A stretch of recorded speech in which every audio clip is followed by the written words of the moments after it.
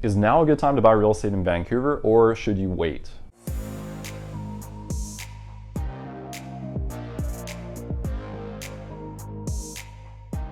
Especially in the market that we're in right now in Vancouver, we're still seeing above average sales. There's really low inventory. There's a lot of competition out there. So people are starting to wonder, is it a good time to actually buy a property, or should I wait for the potential market crash? When a client asks me that question, the first thing that I ask them is, how long are you willing to hold that property? Is it something that you're wanting to buy and potentially sell in the next 3 to 5 years to make a profit? Or are you thinking of buying and holding that property, whether it's moving into it or renting it out long term, and holding it for 20, 25 years until the mortgage is done?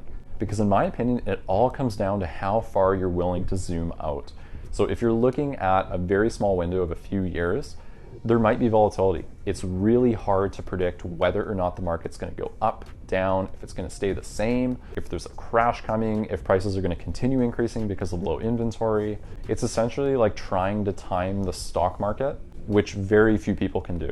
So in my opinion, if you have a long enough time frame, if you're looking at 10, 15, 20-year periods of time, if you're doing your research, you're buying high quality properties, and you're willing to hold those for the long term, even if you slightly overpay for that right now, you're going to win in the long term. So if we look at the market historically, the general trend is up. In the short term, sure, there are going to be corrections. So if we look back at 2008, there was a substantial decrease during the crisis. So if someone had bought a property at the beginning and tried to sell during the crisis, they would have lost a lot of money. However, if you bought that property at the height before the crash in 2008 and held onto it, by 2018, so even a 10-year period, we're not even looking 20, 25 years out, you would have made a substantial amount of money, and that property value would have skyrocketed.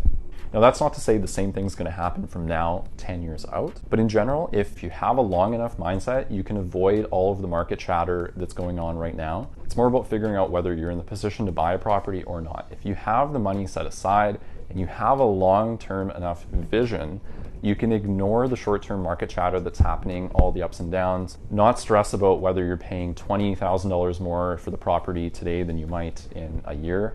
Pay that property off over 20, 25 years, or have it rented out and have that principal paid off for you, and let time take care of the value of that home as the market increases over the long term. That's it for today. Thanks for watching. I will see you next week with another video.